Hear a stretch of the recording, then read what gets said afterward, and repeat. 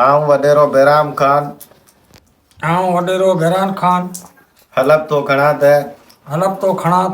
मिसकीननि जा समूरा हक़ खाई वेंदुसि अवाम खे कुझु बि न ॾींदुसि। असां हिन मुल्क में हिकु अहिड़ो निज़ाम आणींदासीं जो ग़रीब बहितर ग़रीब थींदो ऐं अमीर बहितर अमीर थींदो। आऊं कसम थो खणा त जिन मूंखे वोट ॾिनो आऊं 5 साल उन्हनि जे तॾे ते बि न वेंदुसि। आऊं हिन मुल्क में हिकु अहिड़ो तइलीमी निज़ाम आणींदुसि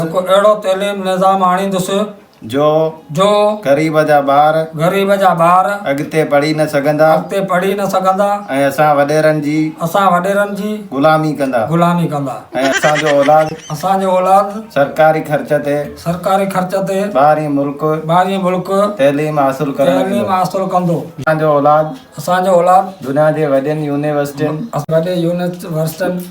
ऑक्सफोर्ड ऐं कैम्ब्रिज में तइलीम हासिल कंदो ऐं असांजो औलाद डॉक्टर बणिजी उते रिहाइश इख्तियार कंदो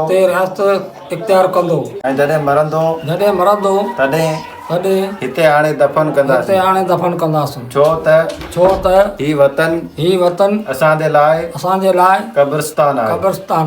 आऊं कसम थो खणा त हिन दफ़े असां अटो 56 मां डबल करे 11,200 कंदा त जीअं ग़रीब पाणी बुख मरी वञनि ऐं हिन मुल्क में सिर्फ़ु असां जहिड़ा सुलझियल माण्हू रहंदा। इहो बि ॿुधायां तव्हां जूं समूरियूं सहूलतूं हड़प कंदुसि पोइ चाहे उहे अस्पतालूं स्कूल रोड रस्ता थर जो कोयलो या कारूं जहिड़ो तारीख़ी बाग हुजे उहो बि कपाईंदुसि।